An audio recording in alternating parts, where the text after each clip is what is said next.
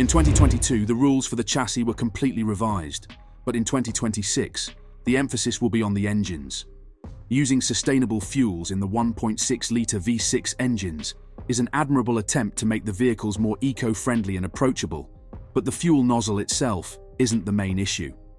F1 has upgraded the car's battery to provide 3 times the electrical power of the current generation, in addition to the new fuel. From its present output of 120 kW, the MGU-K kinetic motor generator unit will significantly enhance electrical power production to around 350 kW, a tripling of that amount.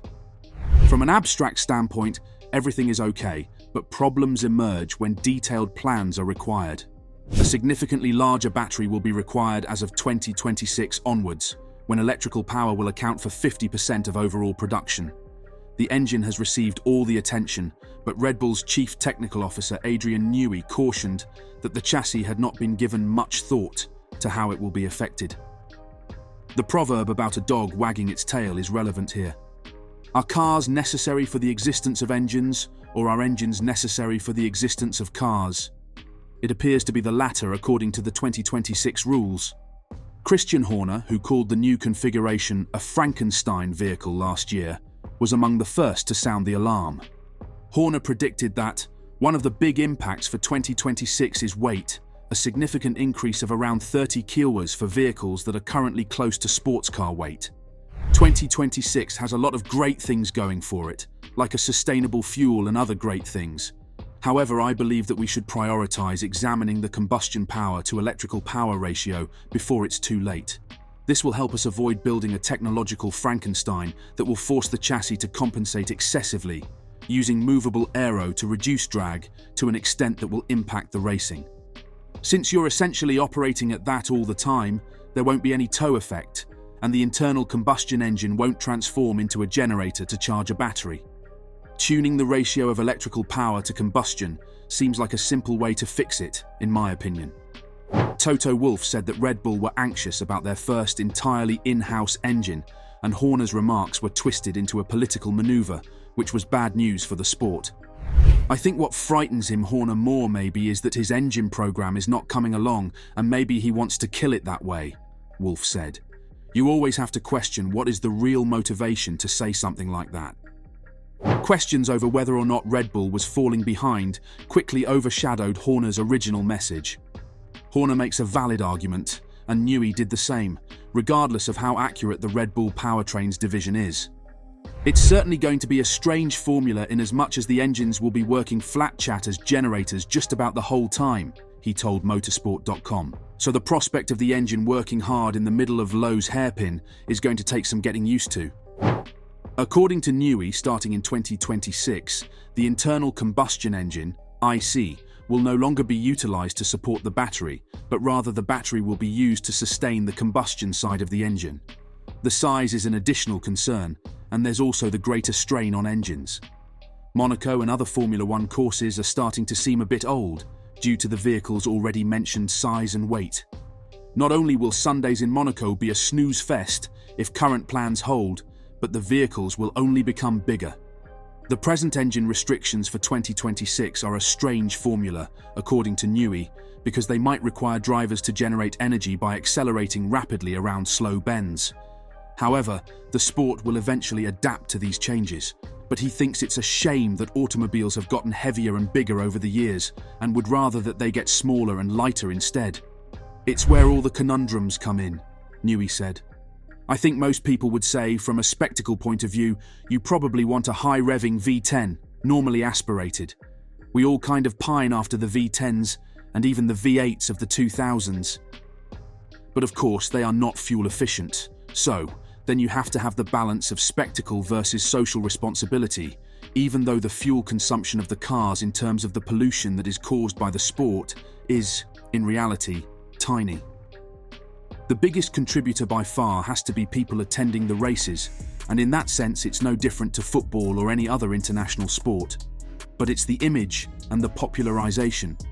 So, I think that's your first conundrum, the power source. Do you go for efficiency, which is typically relatively quiet, because noise is actually inefficiency? And then on the chassis side, To me, it's small and light. The cars have got very big. Those are the fundamentals. You can then start to debate how quick the car should be in terms of lap time in high-speed performance, but the thing you have to remember is television invariably has the appearance of slowing cars down. Watching a moderate performance car is not very exciting. Cars need to be properly quick to even begin to come across as looking quick on TV. In light of the ongoing discussion in Formula One over the return of dirty air, despite the efforts made with the 2022 regulations, Newey reiterates his original stance. The size of the car is paramount. On the aero side of it, the racing, certainly in 2022 especially, the cars were following very closely, and even now they still follow closely. But the cars have perhaps got really big. They are fast and they are heavy, and I think that's a bit of a shame. Because one thing you can say over the years is that whatever F1 cars represent tends to be popularized in the showroom. The paddle shift gear change obviously came in F1, and that's become very popular in road cars now. When turbocharged cars were first introduced to F1 back in the 80s, you then tended to see more turbocharged road cars. Another worried party is Max Verstappen, who has called the simulation pretty terrible, based on the data he has seen. I've been talking about that as well with the team, and I've seen the data already on the simulator as well, he said. To me, it looks pretty terrible. If you go flat out on the straight at Monza, and I don't know what it is, like 400 or 500 meters before the end of the straight, you have to downshift flat out because that's faster. I think that's not the way forward, but of course probably that's one of the worst tracks. This week, that information was further divulged when motorsport.com stated that the preliminary findings from the team's testing have been extremely concerning, causing drivers to be unable to complete certain cornering maneuvers under specific circumstances. Although Red Bull has been at the forefront of this movement, they are far from alone in their concerns. Even if he was more ambivalent, Ferrari head Fred Vasseur acknowledged that there was cause for concern. We are supposed to have a working group to be all on the same page about what could be the outcome of the current regulations, Vasseur said in July.